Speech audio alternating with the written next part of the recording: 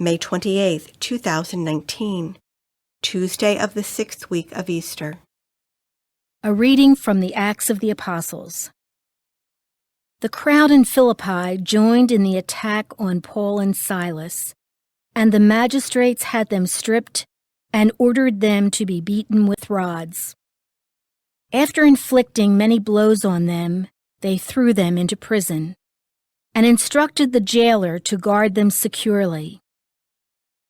When he received these instructions, he put them in the innermost cell and secured their feet to a stake.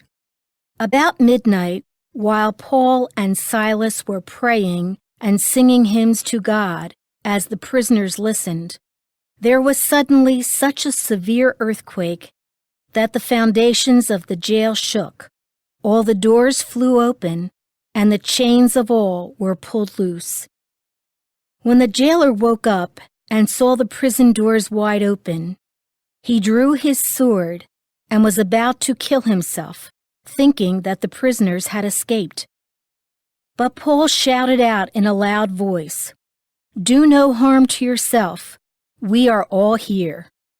He asked for a light and rushed in, and trembling with fear, he fell down before Paul and Silas. Then he brought them out and said, "Sirs, what must I do to be saved?" And they said, "Believe in the Lord Jesus, and you and your household will be saved."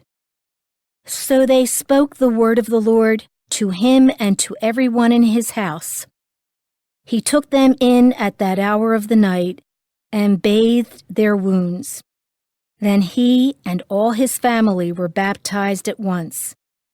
He brought them up into his house and provided a meal, and with his household rejoiced at having come to faith in God. The word of the Lord. The responsorial psalm.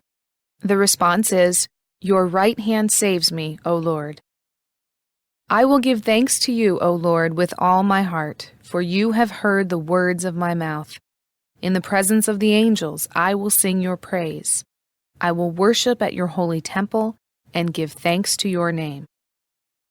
Your right hand saves me, O Lord.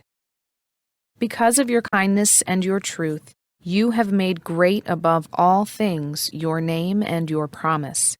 When I called, you answered me. You built up strength within me. Your right hand saves me, O Lord.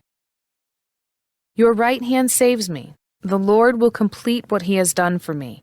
Your kindness, O Lord, endures forever. Forsake not the work of your hands. Your right hand saves me, O Lord.